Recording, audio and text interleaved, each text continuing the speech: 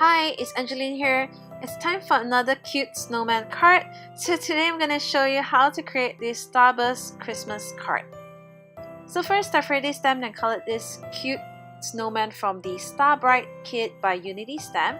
And here I'm grabbing some Holtz Distress Oxide inks, starting off with the antique linen here for my background, and moving on to the fossilized amber, and finally the wild honey.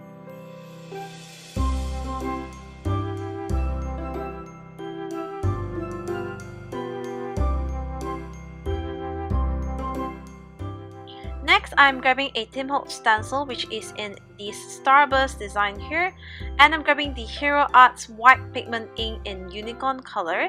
You could grab any colors that is lighter than your background to create this effect as well.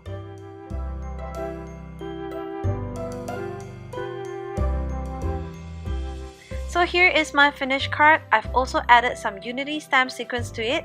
I hope you have enjoyed this technique today, and thanks for watching. Bye!